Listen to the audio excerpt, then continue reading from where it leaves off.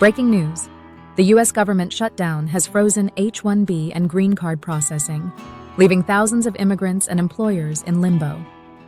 The Department of Labor's flag website, the system used for LCAs, PERM filings, and wage determinations, is completely offline with just an under-maintenance notice. SeasonalJobs.gov for H-2A and H-2B visas has also gone down, halting new applications for farm and temporary jobs. This pause directly impacts Indian professionals.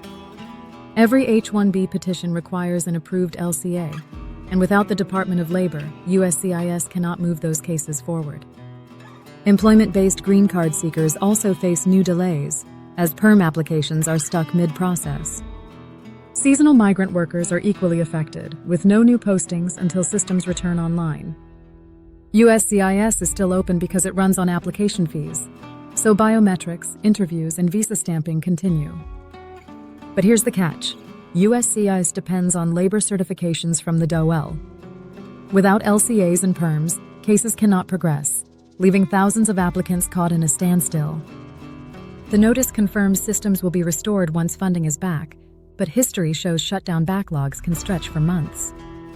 For Indians already trapped in long green card waits, this adds even more uncertainty.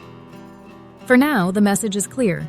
Expect significant delays in H-1B and green card sponsorships until the shutdown ends.